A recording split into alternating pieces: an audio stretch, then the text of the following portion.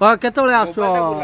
ରାତି 4ରୁ ଉଠୁଛୁ ଆଉ। ତାପରେ କ'ଣ ବହୁତ କଷ୍ଟ ହେଉଛି? ବହୁତ କଷ୍ଟ, ରାତି 4ରୁ ରାତି 12 ଯାଏ ବାମ୍ଫ ନେଉଛୁ ଆଉ ଜଳଖିଆ କେମିତି କ'ଣ ମାନେ? ଲୋକ ଖାଇବେ ଯାହା କହିବେ, ଆମେ ସିନା ବନଉଛୁ କଷ୍ଟ କରି।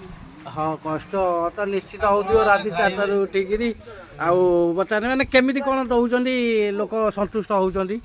ଆପଣଙ୍କ କେମିତି ପୁଡ଼ିଆଟା କେମିତି ଦାମେ କେମିତି? 20 ଟଙ୍କା ଦାମ ଆଉ। 20 ଟଙ୍କାରେ କ'ଣ ଦେଉଛନ୍ତି? 20 ଟଙ୍କା ବରା 6ଟା, ତରକାରୀ ନହେଲେ ପୁରୀ 6ଟା, ତରକାରୀ 6ଟା ବରା 6ଟା ଇଏ ଦେଉଛନ୍ତି, ତା ଦେହରେ ତରକାରୀ ଫ୍ରି?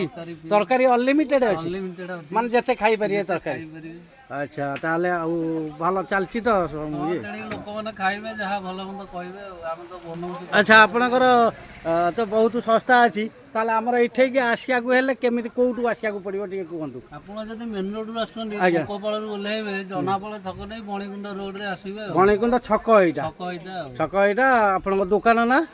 ମା ସନ୍ତୋଷୀ ଟିଫିନ୍ ଷ୍ଟଲ୍ ଆଉ। ମା ସନ୍ତୋଷୀ ଟିଫିନ୍ ଷ୍ଟଲ୍। ଆଚ୍ଛା, ଆସିଲେ ଆମର ଏଠୁ ମେନ୍ ରୋଡ଼ରୁ ଓହ୍ଲେଇକିରି ଆପଣଙ୍କର ଜନାପାଳ ଛକ ଡାଇରେକ୍ଟ ଆସିଛନ୍ତି। ଜନାପାଳ ଛକରୁ ବାଁକୁ ଆମର ପଶିବେ ଆଉ।